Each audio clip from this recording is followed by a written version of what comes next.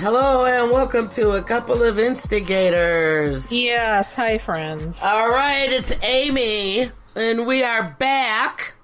We're back. We're back. We're back, B words. We're back. So, it's we just missed election.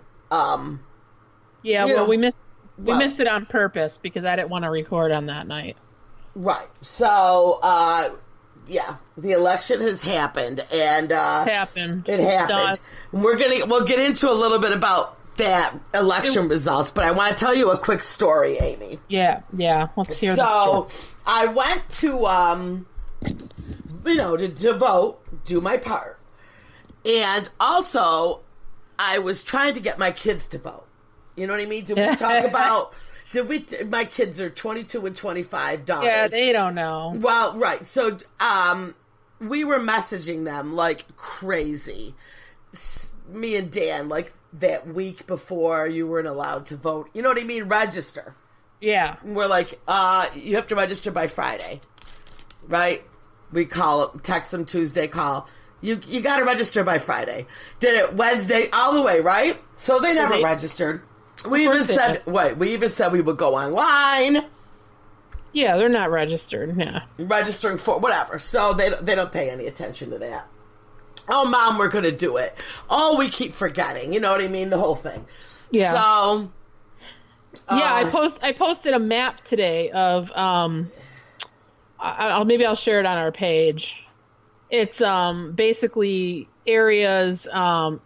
It shows the true red and the blue areas, and then a huge, like 70% black zone where people don't vote in great numbers, and pretty much all of New York State is a black zone. Really? Yeah. Even really downstate, even like with everyone saying like, oh, that's. Yeah, it's just the apathy is something. Wow. So, let's post that. Couple of Instigators. I'm interested to see that one. I was thinking of different map, the one that just showed the red and the blue in New York State, but we'll talk about that. No, this one actually shows how many people are not voting that are... Right, I don't know if they're registered and didn't vote. I think it's like population and not registered and not voting. Right, I think that's... Right, I think that's there's just so many people still not registered and still not don't voting. Care. So I didn't. The rest of us are like having heart attacks. And, So I did not. They didn't register. So it comes up election day, and in the meantime, I had sent them a photo. And it's since been told it's fake, but whatever. It was a scare tactic.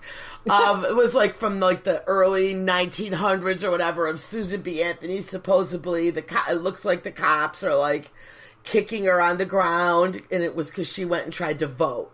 And people said no, it wasn't actually Susan B. Anthony, but yes, it was somebody from the women's suffrage back. Right. You know what I mean? Right. But it wasn't Susan B. Anthony. Well, okay? it's still, it's still relevant. Yeah. It's relevant. So I sent that to my kids.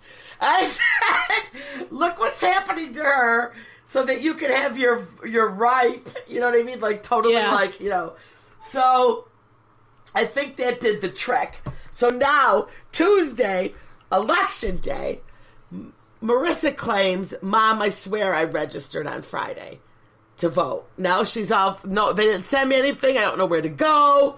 We called. I don't know if she didn't hit submit properly on the DMV. I thought the deadline was like 2 weeks ago. 2 weeks ago. Oh, okay. Right. But then she's claiming she did. Okay. Yeah. So they didn't have her information. Now I get a text from Alexa. Oh. And it's a picture of her screen on her computer of her trying to register to vote.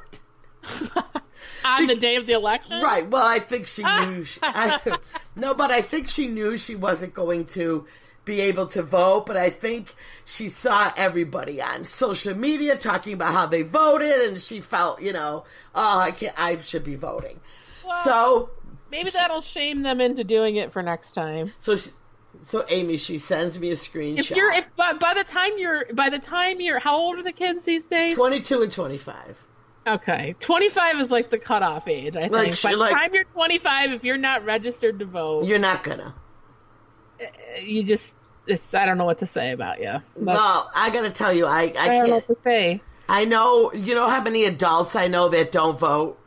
I know. Like friends of mine, they don't even... They think it's a blue state, and it doesn't matter. It's always going to be blue, no matter what. Mm. Yeah.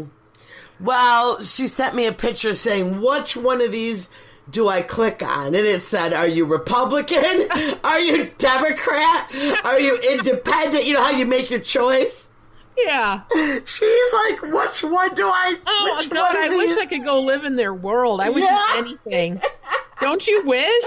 Yeah, I would do absolutely anything. I would get a lobotomy at this point if it would stop me from caring. So right. Honestly, just cut it, just slice it right down the middle of my head. Honestly, I'm so sick of it. I know, but it is, it's just so much drama. I'm so sick. It's funny, not funny. Come on, let's face it. It's funny, not funny. It's not funny, not funny. So, but the thing is like the things that are funny are not the stuff that. Well, I'm just going to call this a spade. Some of these Republicans that I know, okay? Yeah. They think they're real freaking funny, these people. And there's nothing funny about what they're saying. No, that's the thing. It's not a joke. They're like, you can't take a joke, you stupid liberal. You know, libtard. Well, I don't like saying that. I call myself that on Facebook, but that's I hate to even say that word on the radio. I know, but it's hysterical how they just post it like it's nothing. It's nothing. There's nothing to say that word. And, so I had a falling out this week with another friend because I do have Republican friends through the cat rescue, and I had some through Uber, and I got close with a person, and. It's kind of like they can dish it out. Like you're walking on eggshells constantly because it's like you don't want to say anything insulting because you know better. But when you're constantly around somebody who's saying like kind of the worst stuff imaginable, you get sick of smiling and nodding and being on eggshells all the time. Well, are you saying like worse stuff? I can take a joke. I'm like, I can take jokes, like legit jokes about liberals or whatever. But this person literally said that Hillary and Obama and all those people who received package bombs deserved to get a package bomb in the mail because they have blood on their hands. Oh, yeah. That was like the first step towards it. So I was just gosh. Like, oh, I'm like, wait a minute, who am I like friends with?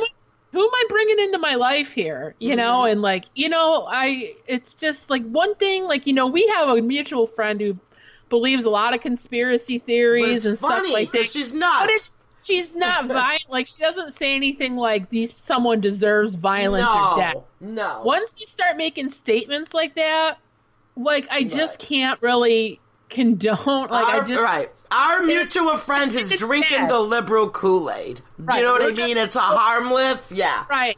We're drinking the Kool-Aid. Right. I can take jokes like that. It's not a big deal. Right. But when someone is like borderline... when someone is actually like advocating a terrorist attack against a former public servant. Well, they all blamed the Democrats. They said the Democrats were sending the bombs to themselves too. That was and another one in quotes was bomb quote that was fake like it wasn't news. A real bomb. It was fake. So, and then like they nitpick. I don't know. It's just got to be too much. So it's just like it kind of finally got to be. And of course, it happened on Election Day. They posted something else ridiculous. I said something rude in return because you know how we just bite our tongue and smile when people post their so-called jokes against the liberals. I said this person posted something. There was someone in a booth, a little old Democrat lady with some kind of booth set up next to an election site that said vote Democrat, and I guess she wasn't like 100 yards away or something like that. When someone asked her about it, she gave them the middle finger. Yeah. And it's like, this person posted, this is why I'm glad I'm voting today. Really? Because the little old lady with her voting booth? I'm voting because there's kids walking around that survive shootings in school with bullet holes, like in their body. I'm voting today because of, a multitude of other things. Right. That are just absolutely asinine and horrible. So I called her out on it, and it escalated very quickly on Facebook. And I said, she made like these jokes about liberals, and I said, well, if liberals don't like something, they do this. And I said, well, if Republicans don't like something, they just shoot up the yoga studio next door, or whatever's closest. Right? Yeah. Oh, it's a joke, right? Well, She didn't think that was a joke. No, but you're saying I'm going to shoot people, and it just got like way out of control. And I'm finally just like, you know what? I really just don't care about this relationship enough to even defend or smile or nod or whatever anymore. And it does hurt. It breaks my heart a little bit because I enjoyed spending time with this friend and socializing, but it's just got to be too much where, it was just too much of a dominant thing in her life that I'm just not willing to look past anymore. And I don't wish her any ill will. I don't hate her. I just don't want it in my life, and I don't want to be on eggshells as a 40-year-old person, like appeasing friends anymore that think these violent, behavior is okay. Well, also, how many relationships, seriously, they would, break up over politics. Amy, during the election, they had, local, how they interview people coming out of the poll, the local stations. Yeah. Well, this couple, one is like this really hardcore Republican, and the wife was a Democrat, and like they're married, and that's just how it's always been. And I'm thinking, but it hasn't always been this. There's this much of a divide. Yes, I could not date anybody that was a right wing Republican. I couldn't. No, I don't know. I mean, it depends if they're not in this day and age. I think you're right. Because it's not just a matter of fiscal responsibility. It's not just about the economy anymore. It's about, like, seriously how we treat people. Right. With this presidency, and what is public decency. What is public decency and what is not. I think that's like basically what it comes down to for me. It's not an argument about the actual political nature of the thing. Like, I could see the difference in opinion between a lot of things. I could see the difference in opinion between the kneeling at the football games and, this versus that. But it's the matter of, I am not going to be berated and ridiculed by anyone in my life for any reason. And if it happens to be politics, that's the why you're doing it. I'm not going to deal with that.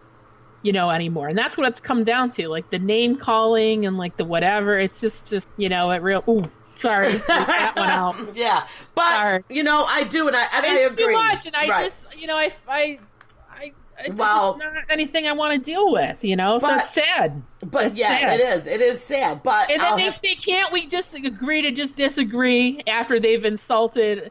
They've put you in a category like as a crybaby Democrat that needs their blankie and their safe space and their right.